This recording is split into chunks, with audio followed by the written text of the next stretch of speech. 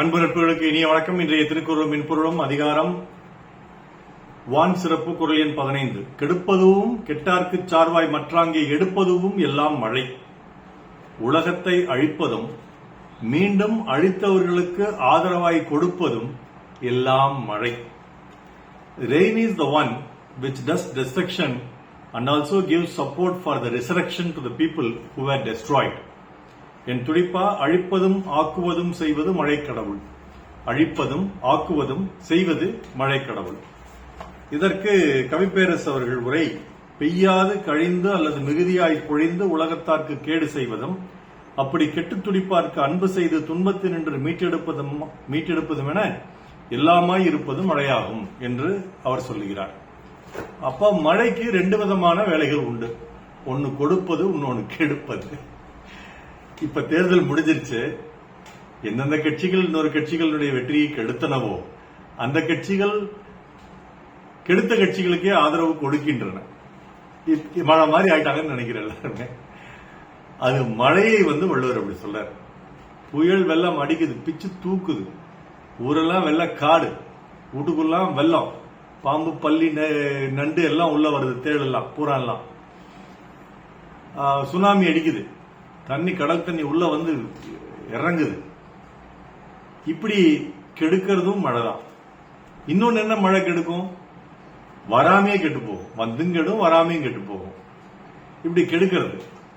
கெட்டு போனவங்களுக்கு திருப்பி கொடுக்கறது எப்படி? இப்ப மழை வெள்ளம் வந்துருச்சுன்னா திருப்பி அதை கொடுக்கறதுக்கு ஒண்ணும் இல்லை. அது அரசாங்கம் தான் கொடுக்கணும், நிவாரணம் கொடுக்கணும். ஆனா வராமையே மழை இருந்துச்சுன்னா அப்ப திருப்பி கொடுக்கறதுக்கு மழை பொழியணும் இல்லவா? அதத்தான் மாதம் மும்மாறி பொழிந்தது.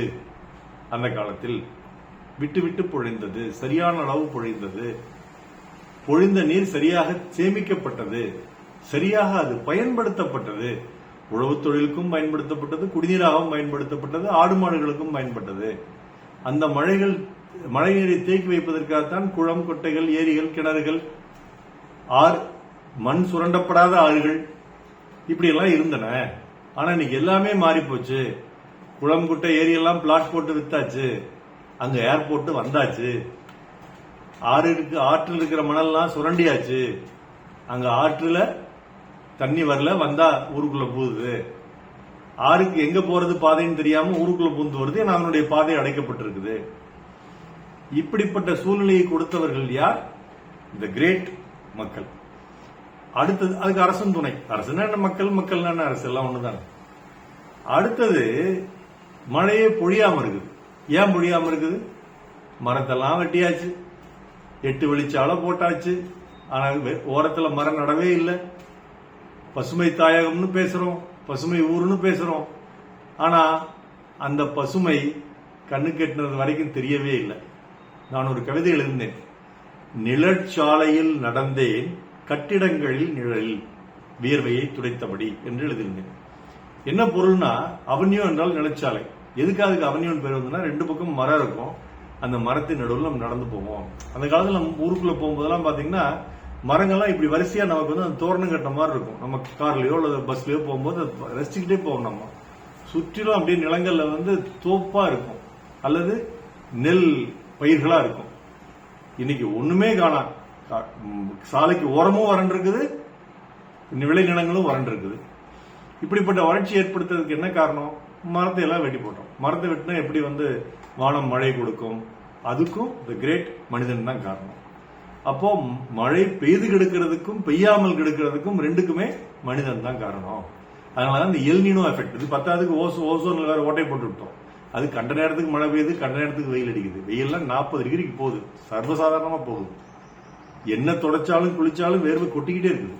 இதெல்லாம் யார் காரணம்? இந்த கிரேட் மனிதன். ஆனா அந்த மனிதனுக்கு இப்படி கெட்டுப்போன ஒரு சூழ்நிலையை கொடுத்தாலும் யார் கொடுக்கிறது? மழைக்கு மனிதன் கொடுக்கிறா, மழை திருப்பி மனிதனுக்கு கொடுக்குது. அப்படி கொடுத்தாலும் மீண்டும் மனிதனுக்கு தேவையான மழை பொழிவை கொடுத்து அவனுக்கு வயலில் விவசாயம் செய்ய வைத்து அவனுக்கு குடிப்பதற்கு நீரை கொடுத்து சாப்பிடுவதற்கு உணவை கொடுத்து அவனுடைய பொருளாதாரத்தையும் பெருக்குவது அந்த மழைதான் என்று வள்ளுவர் இங்கு அற்புதமாக சொல்லுகிறார். இதற்கு ஒரு பாடல். பொத்துக்கிட்டு ஊத்துதடி வானோ நீயும் ஒத்துக்கிட்டு கூட வர வேணும், பொத்துக்கிட்டு ஊத்துதையா வானோ, நீயும் ஒத்துக்கிட்டு கூட வர வேணும். பாயும்புலி என்ற படத்தில் மலேசியா வாசுதேவன் சுசீலா பாடிய வாலி பாடல், ராஜா இசையில், ரஜினிகாந்த் நடிப்பில். இது ஒரு காதல் பாடல். ஆனா இது அப்படியே எடுத்துங்க பொருத்தி பார்த்தா வானம் பொத்துக்கிட்டு ஊத்துது, அது கூட நீ ஒத்தி வாழணும்பா, மழை கூட கூட போகணும்பா, அங்கங்க நீர்நிலையை வெட்டி வைக்கணும்பா, சேமிச்சு வைக்கணும்பா, அவனுடைய பாதைகள் அடைக்கூடாதுப்பா, ஆறுகள் ஓடணும்பா, கடல்ல போய் கிடக்கணும்பா என்று சொல்லும்படியான ஒரு கருத்தை கொண்ட பாடலாக நான் நினைக்கிறேன். கெடுப்பதுவும் கெட்டார்க்கு சார்வாய் மற்றாங்கே எடுப்பதுவும் எல்லாம் மழை. நான் சிறக்க நற்றமிழ் வாழ்த்துகள். மருத்துவர் ராம செல்வரங்கம், சேலம், கள்ளக்குறிச்சி. நன்றி. டாக்டர் செல்வரங்கம் குரல் யூடியூப் சேனல் ஷேர் பண்ணுங்க, லைக் பண்ணுங்க, கமெண்ட் பண்ணுங்க, சப்ஸ்கிரைப் பண்ணுங்க. வணக்கம்.